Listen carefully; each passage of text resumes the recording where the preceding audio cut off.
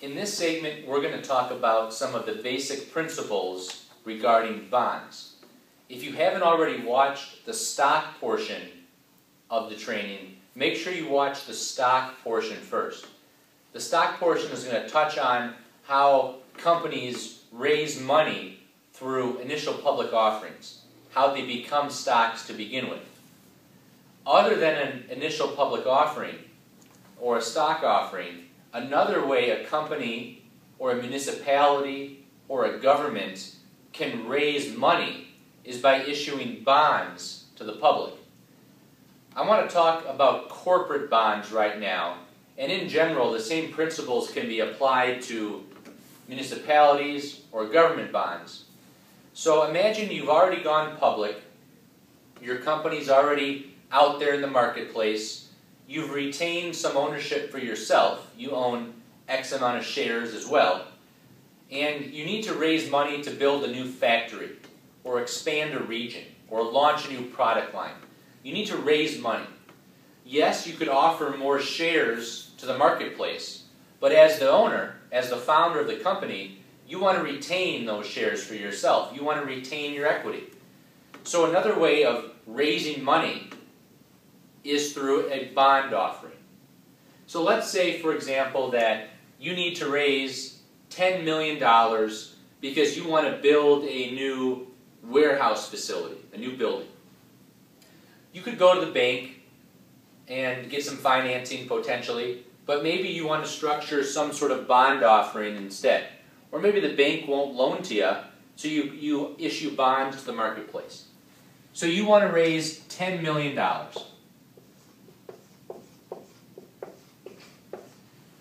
Once you know how much you want to raise, you then need to structure your offering to the marketplace. Maybe you're going to say that you're going to offer loans in $10,000 increments, I should say bonds in $10,000 increments, and all those bonds are going to have a 10-year maturity life, a 10-year life, and let's say that the interest rate you're going to pay to your bondholders is 5%. Now, the safer your company is, so for example, if you're a big company like Walmart issuing bonds, that's a very safe company to be backing the bond. So the interest rate that they offer can be low. Low risk bond, low interest rate. If the company is a higher risk company, then it'll be a higher interest rate offered to the marketplace. You need to remember that a bond is a safe investment, but the investment is only as safe as the company backing the bond. If you're buying a 10-year bond from, let's say, my company, I need to be in business 10 years from now for you to get your money back and to pay you interest over that 10-year period. So, for example, how it works is conceptually, before computers, you'd receive a piece of paper, basically your bond, you'd actually hold it, and that bond would have a face value, in this case, a $10,000 face value, and around the bond would be all sorts of coupons that you would literally tear off the edge, send into the corporation, and then they'd send you your interest payment. They were called coupon bonds. But the principle is still relatively the same. A 5% bond on $10,000 is of course worth $500 a year. So each of these little coupons, back in the old days, was worth $500. Let's say this was a 10-year bond, and this was BWP Corporation. The way it would work is every year, whoever holds this bond would take this coupon, send it to BWP, and then BWP would send them $500. There'd be enough coupons around the edge for every period of interest that you needed. When you got all the way around to the last coupon, you'd send in that last coupon, the company would send you that last $500 and your original $10,000 back. That's in essence how bonds work. You invest the face value of the bond, you buy the bond, the company is going to send you interest every quarter or every month or every year, depending on the term of the bond. It's going to do that all the way through the bond's maturity. And when that bond finally matures, you're going to get your original principal back. So you don't get your principal back until it matures. The company, my corporation in this example, is using that principal for the investment project, to build the warehouse in my example. And the interest is going to be paid on that bond, and when it matures, you'll get your money back. So you can see why the credit quality of the bond you're buying, the credit quality of the corporation backing the bond, is so important. You need to have a reasonably good company backing your bond, especially when it's a 10, 20, or 30-year bond, because that company needs to be in business in order for that bond to be good. Now, some people ask, well, Ben, what if the company gets bought out by another company? Well, the company that buys, let's say that I sell BWP Corporation to ExxonMobil for whatever reason they want to buy my company. Well, when ExxonMobil buys BWP, they're also assuming all the credit liability that goes along with that. So in essence, all that's happening with bonds is you loan money to the company, they pay you an interest rate for a period of time, and eventually when that bond matures, that principal is returned to the holder. Bonds trade every single day just like stocks do. It's not as well known, it's not as well publicized, but there's a bond market just like there is a stock market. They trade every day.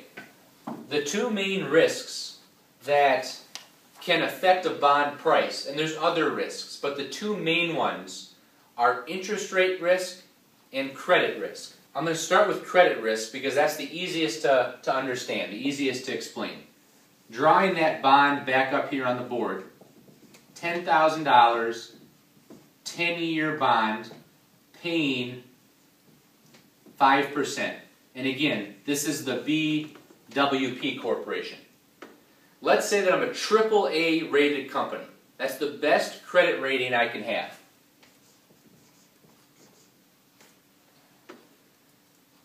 You buy this bond.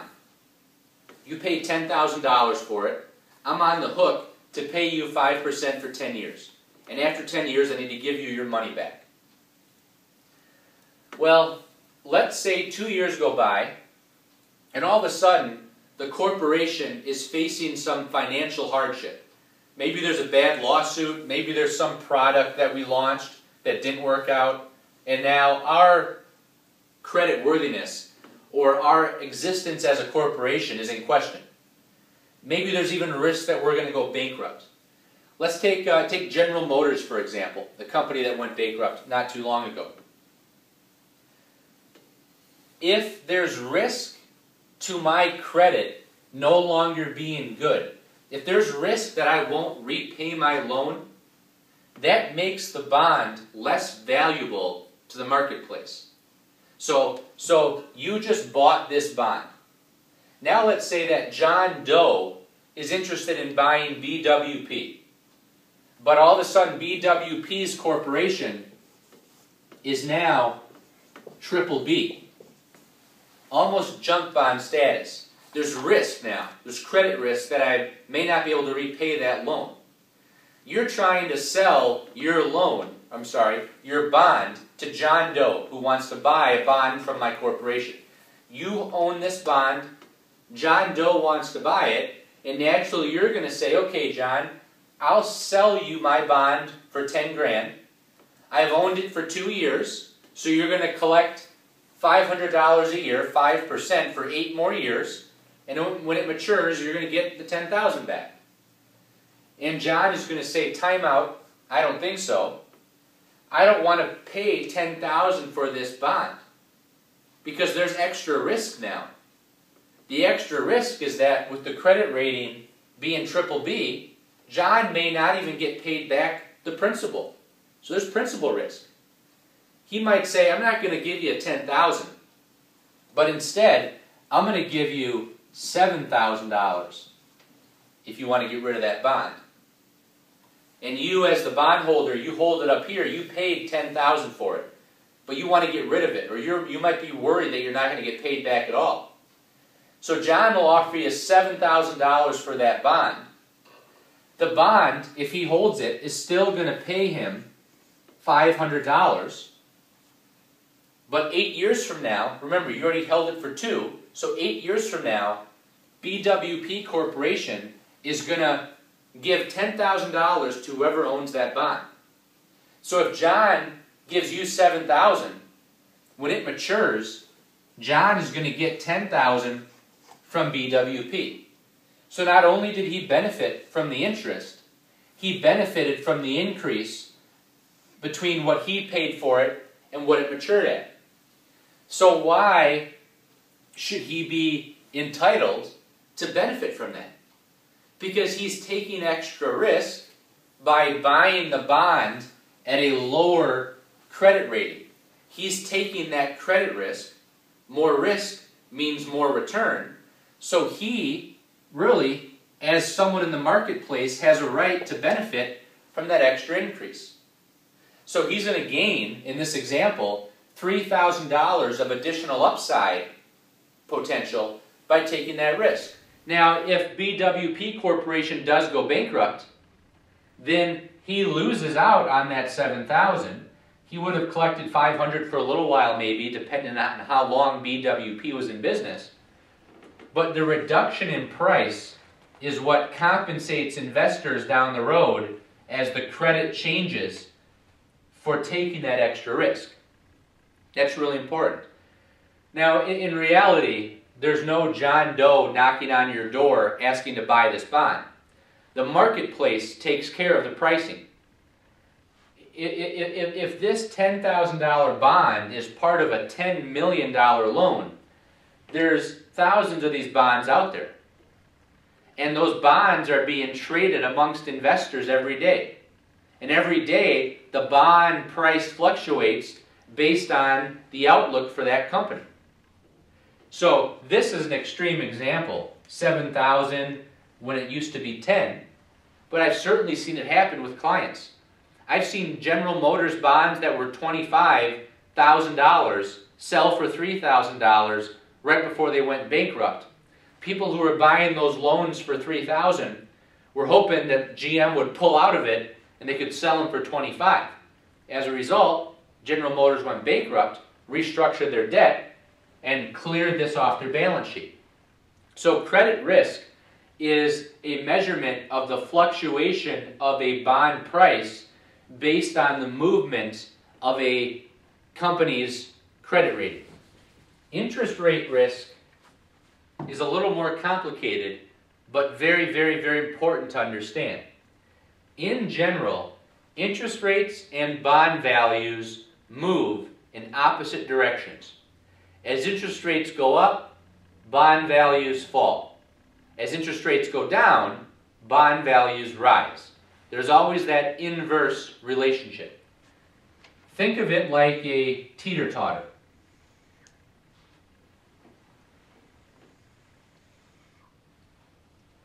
Here's your value. Here's your interest rate. As interest rates rise, bond values fall. So you end up with this new line. Think of the term or maturity of the bond as how far out you are on the spectrum. So for example, a 30-year bond is way out here, and let's say a 5-year bond is right here. When interest rates rise, the long-term bonds fall further than the short-term bonds.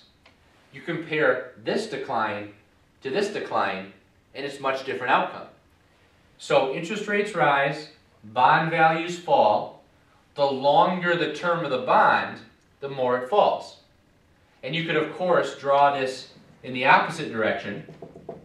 as interest rates go down, bond values rise. The longer term bonds will rise in value more than the shorter term. So most clients, believe it or not, when you talk to them, especially if they're reasonably educated on this topic, they'll kind of nod their head and say, yeah, we know that. So bonds and interest rates move in opposite directions. I'm actually surprised how many people know that. But more importantly for you, I want you to understand why that's the case.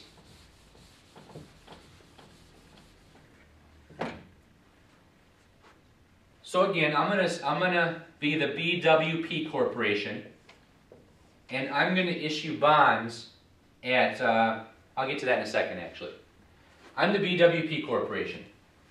The Fed has interest rates. The federal government is, of course, a risk-free way of investing in bonds. Let's say the Fed rate, for sake of simplicity, is 3%. So the federal interest rate is 3%. That's referred to as the risk-free rate. Because when you loan money to the government, that's in theory 100% guaranteed, because the government can just print money and make good on their debt, or they can raise new debt to pay other debt, all sorts of stuff. So let's say that the Fed has a risk-free rate of 3%.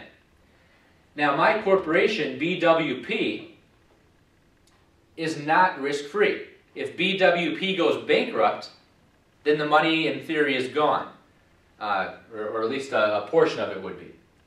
So I am not risk-free. If someone has $10,000 to invest, and if BWP is offering rates of 3%, and someone had a choice between risk-free and taking risk, and it was the same interest rate, of course, all the money would just go to the Fed. Because I'm not risk-free, I need to pay an interest rate higher than what the Fed is offering risk-free. How high I make my interest rate depends on how risky the loan is. If it's very risky, then I need to pay investors a higher premium, a higher interest rate to take that risk. Let's say that I'm a pretty well-rated company. I have a decent credit rating. So I'm going to offer my bonds at 5%. And again, let's just say that I'm a AAA rated company, which is a good rating, but it's not, it's never guaranteed. So now this investor that has $10,000 can choose between risk-free at 3% or take a little more risk and get 5%. That's where their risk-return trade-off comes into play. Now, let's say this is that $10,000 bond, and someone purchases that from me. The BWP Corporation has to pay $500, 5% of $10,000, every year to the bondholder until the bond matures. Let's say this is a 10-year bond. Now, all of a sudden, the Fed raises interest rates. So now interest rates go up. They're no longer 3. The Fed raises rates to 5%.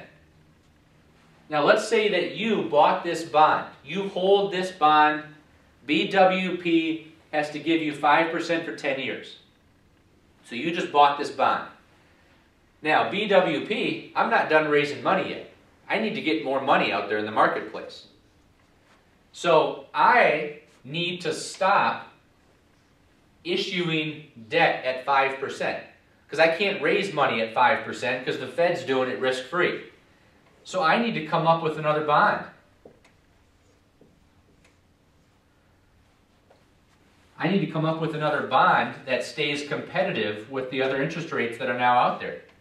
So now BWP, to maintain the same interest rate spread, now I need to offer bonds at 7% to stay competitive.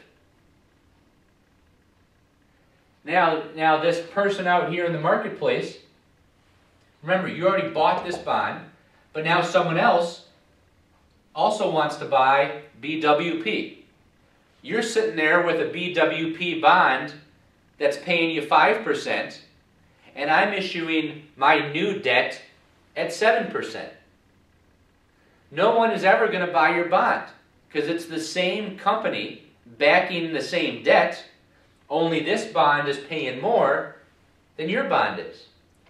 So your bond isn't valuable at all really to the marketplace. No one's going to buy your bond as it stands when they can simply buy it from me and I'll pay them 7%.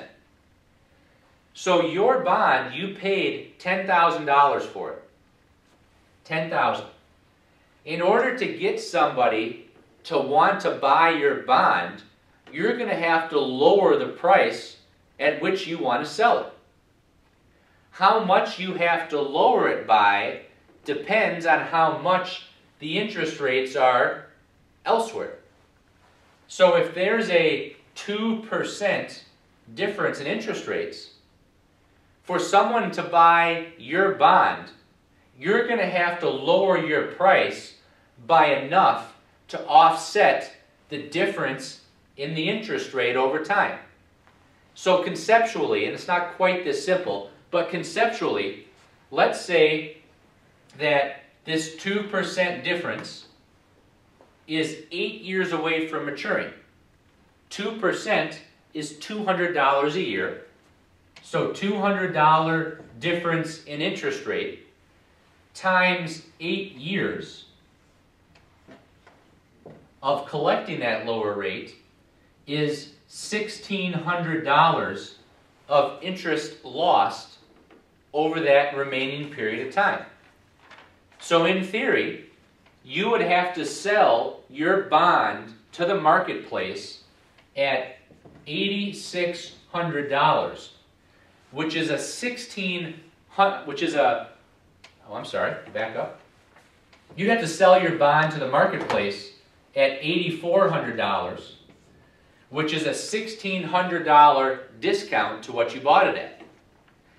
Remember, when it matures, BWP is going to pay the bondholder $10,000. So this $8,400 price, when it matures at $10,000, is enough of an increase in the price to offset the lost interest. Now, yes, you have to take into account time value of money and yield to maturity and all that stuff, but conceptually, that's what's happening. If you're holding this bond at 5% and you want someone to buy it from you when they can get 7% elsewhere, you're never going to sell it unless you drop the price by enough to offset the loss they're going to get in interest. Because the amount you drop the price by will be made up for when it matures.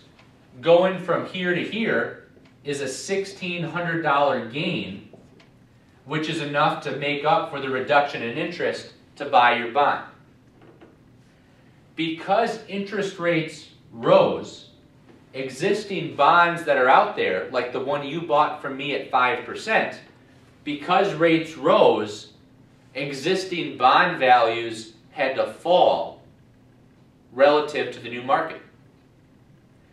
The opposite is true when rates go down.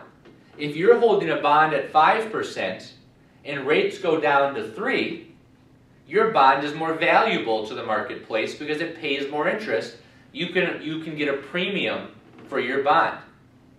That's really important. You can see that the more years you have until maturity, the more interest is lost or gained depending on which direction rates go. If this was a 15-year commitment and you take $200 times 15 years, that's of course $3,000. So when it was 8 years, it was $1,600. When it was 15 years, it was $3,000. And that again reinforces the teeter-totter concept. the further you go on the spectrum, the more you need to lower or raise the price as rates move. So just in a quick summary here, there's two main types of risk. There's interest rate risk and there's credit risk. Interest rate risk can be very mathematically defined. It's a precise number based on interest, yield to maturity, how many years are left on the maturity schedule. The exact price fluctuation is precise. Credit risk is more of a feel. It's about how investors feel about a company's long-term prospects. Credit risk, interest rate risk, very important to understanding bonds. Now, if you're looking at municipal bonds or government bonds, same type of premises apply. Municipalities are only as good as the municipality that's backing them. Municipalities can't print money like the federal government does. That's why municipalities aren't as safe as government bonds. Municipalities will sometimes pay a little more, sometimes they pay a little less than a Fed bond will. It's important to know that municipal bonds have some very favorable tax treatments. So the only thing I want you to know about municipal bonds, other than this stuff we already talked about, is municipal bonds, the interest earned on them is not taxable at the federal level. Not taxable at the federal level. So very, very tax efficient. So with that said, like I've finished up many of these segments, make sure you research this stuff. Google this. Watch this video a few times. Absorb this information. There's other types of risks out there. These are the main ones I want you to be well versed in so you can explain this sort of thing to clients.